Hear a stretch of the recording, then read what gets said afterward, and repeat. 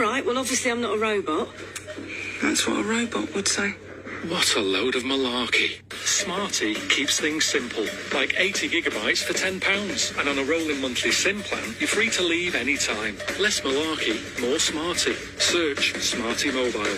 Nick Abbott on LBC. Call 0345 6060 973. Just another brick on the wall. Visiting British soldiers in Estonia and was travelling back to the UK when an electronic attack happened. It's thought that Russia was behind the incident on Thursday. Aboard that plane that the Defence Secretary was on, smartphones and laptops were unable to connect to the internet, and pilots had to use a different navigation system because the plane's GPS had been disabled for the entire 3-hour flight. Well, let's talk about this with Sean Bell. Sean is a former fighter pilot, now military analyst, and co-host of the Red Matrix podcast, and he joins us on the line now. Hello, Sean. Good evening. Is this sort of thing normal, the usual games between adversaries? I wouldn't say normal, but it's been, well, no, this isn't the first time this has happened. If you look back in 2024, I think it was Grant Shapps had a load of journalists on board, and a similar thing happened. It's near Kaliningrad, which is on the Baltic Sea, and I suspect that's where John Healey was flying near on his way back from Estonia. And the Russians pretty regularly seem to use GPS jamming in the area. And at the time, a big thing was made of it. It is important, but I have to say it's not really a safety critical item. And it is, as you say, part of what Russia's been doing in this sort of grey zone, just messing around when and testing people's resolve. Is it a coincidence that in 2024, the Russians jammed the GPS signal of an RAF flight with the then Defence Secretary Grant Shapps on board, and last week a flight with John Healey, the current Defence Secretary, on board was jammed? Well, I have, as a former fighter pilot from the Royal Air Force, a lot of my colleagues left the military and joined the civilian airline world.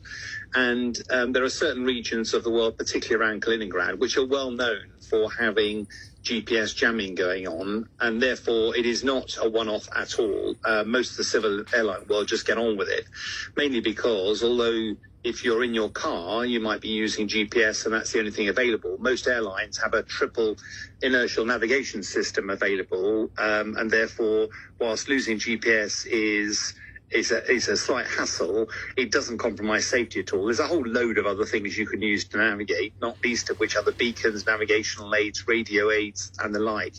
And those systems, particularly inertial systems, are unjammable. And I think so. It is.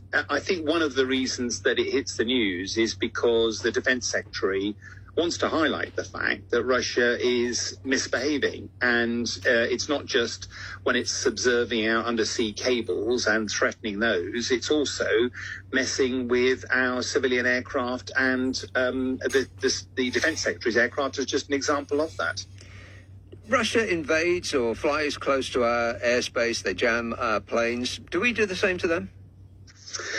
Not to my knowledge, no. I mean, the jamming thing is a bit of a pain. I mean, the trouble is it's relatively easy to do.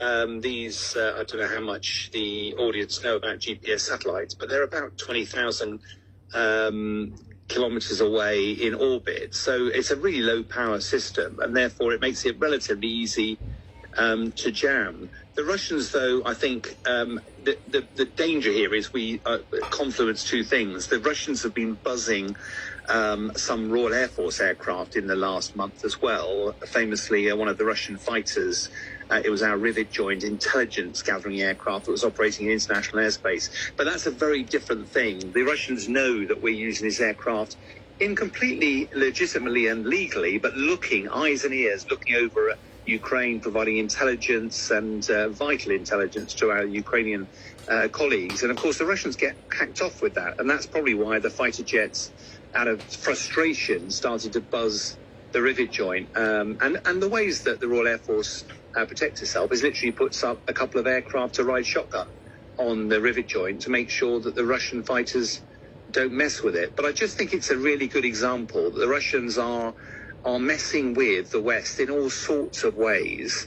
We're using cyber technology, others, just below the threshold of actually declaring war, and highlighting the fact that the UK is particularly ill-equipped to deal with this rising threat from Russia.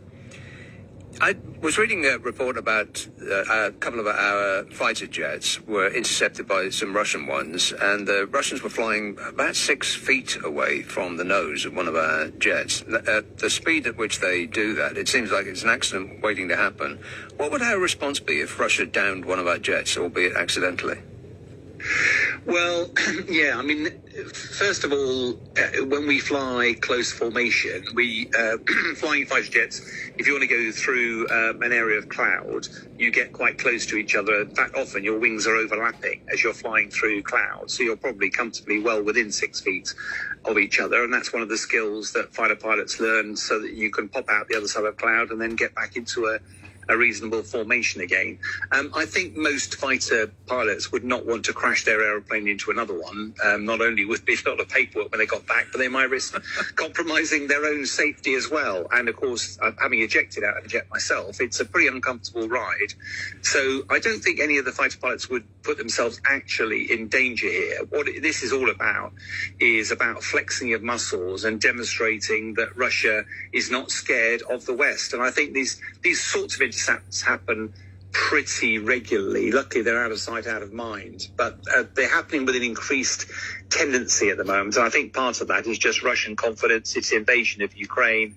You know, we've got to wake up in the West that this threat is real. We've had massive 35 years of saving money on defence. We've saved over £1.4 trillion since the end of the Cold War. That's not an easy shortfall to put right, and Russia is on a war footing. Do you think that part of this aggression by Russia is actually Vladimir Putin acting against other countries to give the impression to the Russian people that he is winning in Ukraine? I'm not sure about that. They control the news very carefully in Russia, and most of this stuff, particularly fighter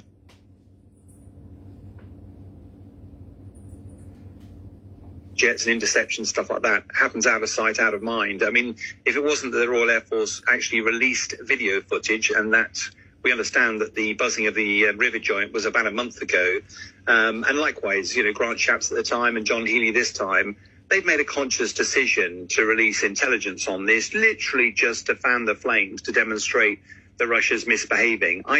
I'm not so sure you can make a direct link to the Russian messaging around Ukraine. I mean, it is interesting that last month, I think it was the first month, turning point in the war. Well, I'm not so sure. Most military analysts I know, there seems to be a sense that Russia's building for a major summer offensive.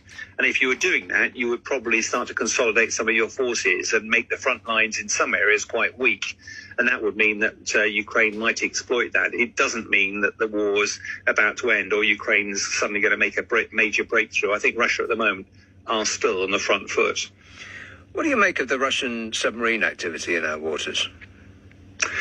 Well, I think I would be gravely worried about that. And part of that, I think, Nick, is if you go back in this country, I go through Poland regularly on visits to Ukraine. And when you're in Poland, they feel the heat of the Russian invasion of Ukraine much more keenly than we do, largely through history and, of course, geography.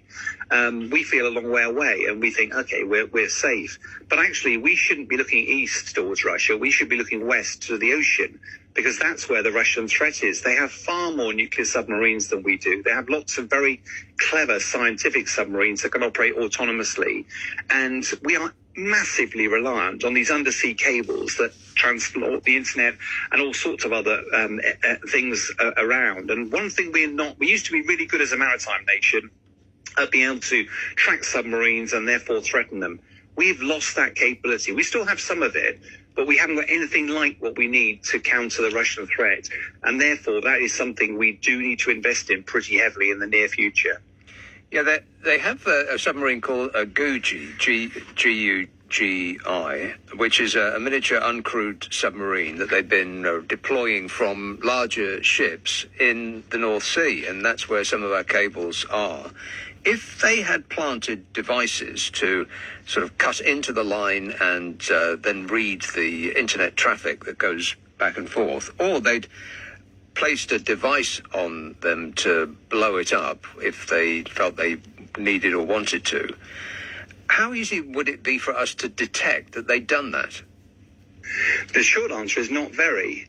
And what you're referring to is the Gigi is a sort of almost a sci-fi lab that the Russians have that invest a great deal of time and effort in undersea autonomous submarine capability. They can go very, very deep, often with a mothership of a nuclear submarine that provides top cover.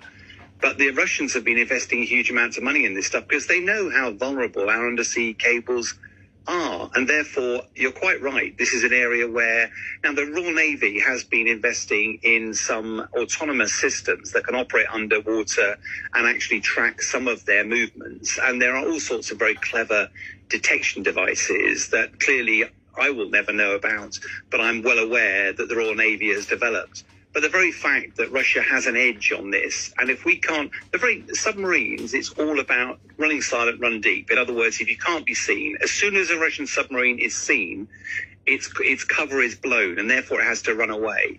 And therefore, tracking these submarines, keeping an eye on where they are, used to be a skill that we had in this country. We can still do it, but on a very small scale, and certainly can't cover the breadth of Russian submarine threat that is out there. That is a real worry for us going forward. Do you think that Vladimir Putin would be justified in thinking that he is at war with us because his enemy's friend is his enemy? No? No, I don't think so. I think, I served in the military for many years during the Cold War, and we were always quite worried about the capability of the Soviets. When it actually came to the crunch, when we looked back at the end of the Cold War, we realized that actually they weren't that capable at all. Now, Russia is meant to be a major superpower, yet it's taken on Ukraine. It should really have rolled Ukraine back, and it's struggled to do that. It's had to play a lot of its missiles and fighter jets into the battle, and it's